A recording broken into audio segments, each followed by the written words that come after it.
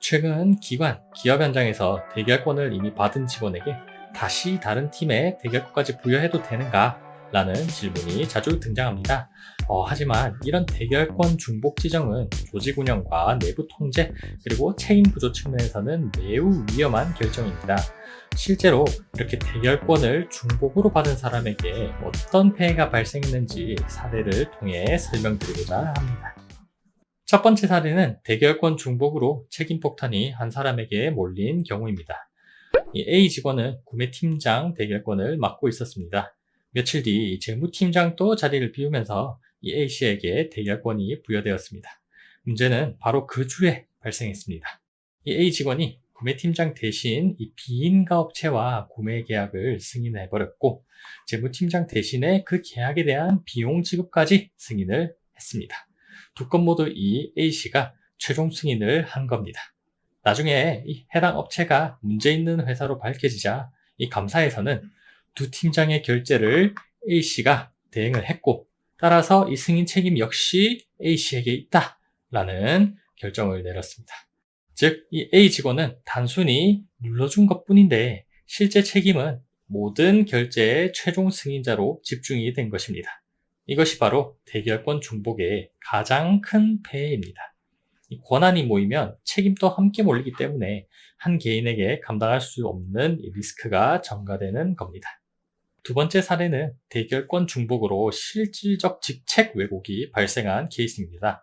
이 D복지관에서는 팀장 두 사람이 동시에 출장 중이었습니다. 이 팀장 두 사람이 모두가 신뢰를 하던 이 A 직원에게 대결권을 부여했습니다. 그러자 이 내부에서 이상한 일이 벌어지기 시작했는데요. 직원들이 자연스럽게 이 A 직원을 팀장 대행처럼 여기기 시작했고, 이 외부 업체 담당자도 A 팀장님이라고 부르면서 연락을 했습니다. 그리고 결제뿐만 아니라 이 판단 자체를 이 A 직원에게 묻는 구조가 형성이 돼버린 거죠. 즉, 공식 직책은 팀장인데, 팀장이라는 공식 직책이 있는데 이 A 직원이 이 여러 팀의 팀장 역할을 수행해버리는 이런 비공식 직제가 만들어진 겁니다. 이 감사에서 가장 심각하게 보는 문제입니다.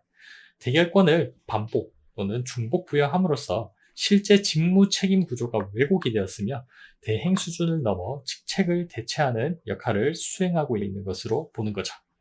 대결권은 임시 대행이어야 하는데 중복이 돼버리면 임시 역할이 아니라 실질 직책으로 변질돼버리는 결과를 낳게 됩니다. 세 번째 케이스는 대결권 중복으로 인해 업무 품질이 급격히 떨어진 케이스입니다. A 직원은 구매팀장과 재무팀장의 대결자를 동시에 맡고 있습니다. 그리고 하루에 들어오는 문서는 다음과 같은데요. 구매팀 문서 12건, 재무팀 문서 18건, 그리고 본인의 업무 문서가 10건, 총 40건 이상을 처리해야 하는 상황인 거죠. 물리적으로 이 모든 문서를 꼼꼼하게 검토하기가 어렵습니다. 그러고 나서 결국 이런 일이 발생했죠. 중요한 승인 기준을 놓쳐버리고 휴가, 예산, 발주 기준이 뒤섞여버리고 평소라면 절대 승인하지 않았을 문서도 그냥 승인하게 돼버립니다. 실제로 한 기관에서는 이 A 직원이 대결자로 처리한 문서 중 9건이 규정에 맞지 않아 전체 문서가 반려되고 기관장이 직접 해명해야 했던 사례가 있었습니다. 대결권 중복은 곧 결제 품질의 저하를 불러일으키고 내부 통제가 붕괴되며 조직 리스크가 증가하는 형태로 이어지게 됩니다. 위 사례들을 종합해 볼 때 대결권 중복이 금지되는 이유는 매우 명확해지죠. 첫째, 책임이 특정 개인에게 과도하게 집중된다. 둘째, 직무 직책 구조가 왜곡되어 조직 운영 질서가 무너진다. 셋째, 업무 과부하로 결제 품질이 떨어지고 오류와 누락이 증가한다. 넷째, 감사원, 내부감사, ISO 경영 책임 구조 모두 중복 대결을 부적절한 것으로 판단한다. 따라서 대결권을 이미 받은 사람에게 또 다른 대결권을 주는 것은 조직 전체의 리스크를 키우는 매우 위험한 방식입니다. 그렇다면 대결권 중복 금지 원칙을 피하면서 업무의 연속성을 어떻게 확보할 수 있을까요? 앞서 언급했듯이 이런 대결권 중복 금지는 조직의 건전성을 위한 의도적인 설계입니다. 하지만 만약에 결재권자의 부재가 연속으로 이루어질 때는 어떻게 업무를 처리해야 할까요?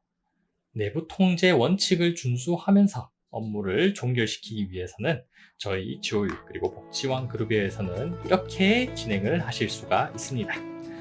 차상위 결제권자를 지정하고 먼저 결제선을 건너뛰어서 최종 결제자가 먼저 결제를 하여 업무를 종결하고요. 그리고 나서 이제 복귀한 중간 결제권자가 해당 문서에 대해 사후적으로 검토하고 승인 또는 반려를 할 수가 있습니다.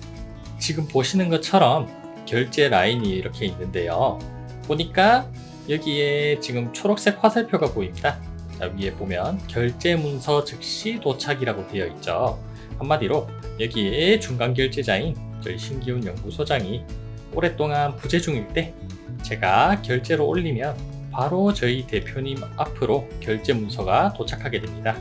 그러면 저희 대표님께서 바로 이 결제 문서를 확인하신 뒤 승인을 하시고 그 다음 중간 결제자인 신기훈 연구소장이 복귀해서 결제를 사후에 승인하거나 반려를 하여 최종적으로 종결을 할 수가 있겠죠.